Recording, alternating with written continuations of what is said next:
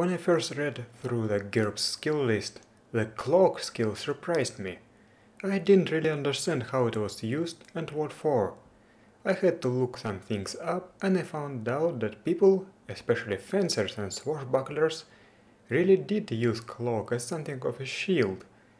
It can be used both defensively and offensively and has many special rules tied to it, but I have only seen it used by a player once.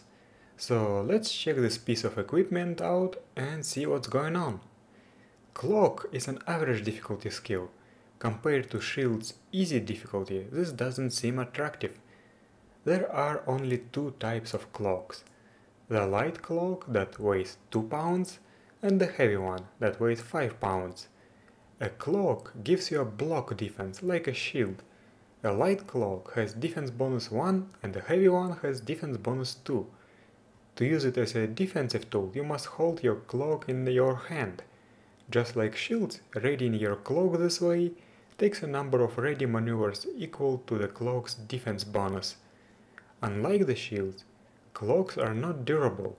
The light cloak has DR1 and HP 3, while the heavy cloak has DR1 and HP 5, at least according to the basic set.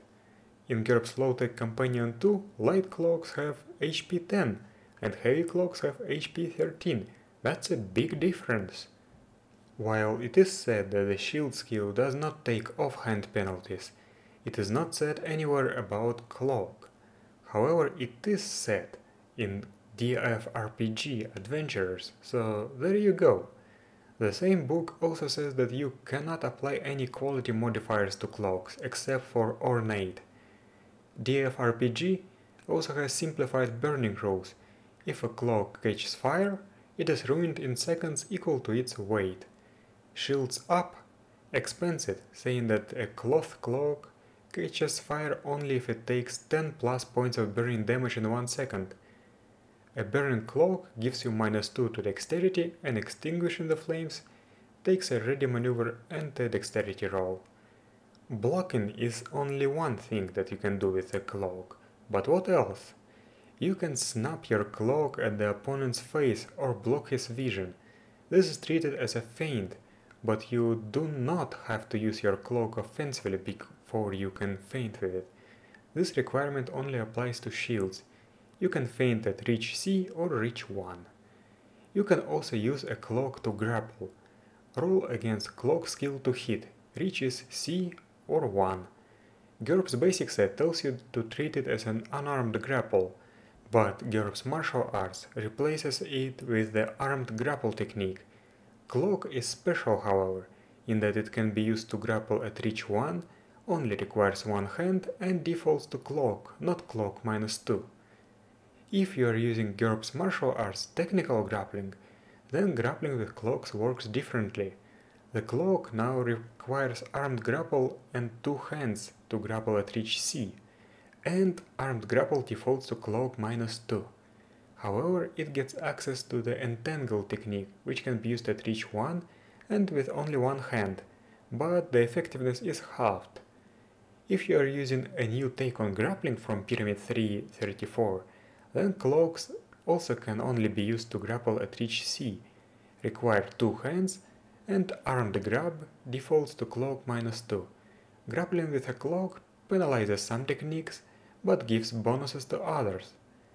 Both GURPS Basic Set and GURPS Low-Tech have cloaks on the ranged weapon table, implying that they can be thrown 2 yards. The notes refer to the entanglement rules, but the rules themselves say nothing about cloaks. This seems like an oversight, because I found Chrome's post on the SJ Games forums that says the following: a tossed cloak is a pretty sad entangling weapon as it lacks weight, like a bolas or a combat net, and the user isn't holding on to apply tension as with a lariat or a whip. Since the melee effect counts as a grapple, I would make the thrown effect counts as a grapple too, but once it's out of the thrower's hand, its strength is 0, so breaking free is automatic if attempted. The sum total effect is to make the victim waste a turn breaking free, which is only useful when trying to delay someone. To make sure that the foe does waste time breaking free, target an area that will be inconvenient if he doesn't bother. Weapon arm, head to blind, etc. I am not sure how this interacts with the rule that if the grappler's strength is lower than half of the target's strength, then it counts as an encumbrance, not an actual grapple, but let's treat Cloak as a special case.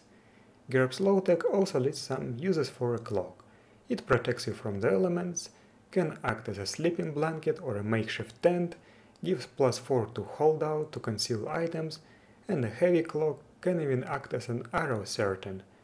And that's it. I hope now you understand how to use a cloak in GURPS, and maybe you'll give it a shot. Thank you for watching, and I'll see you next time.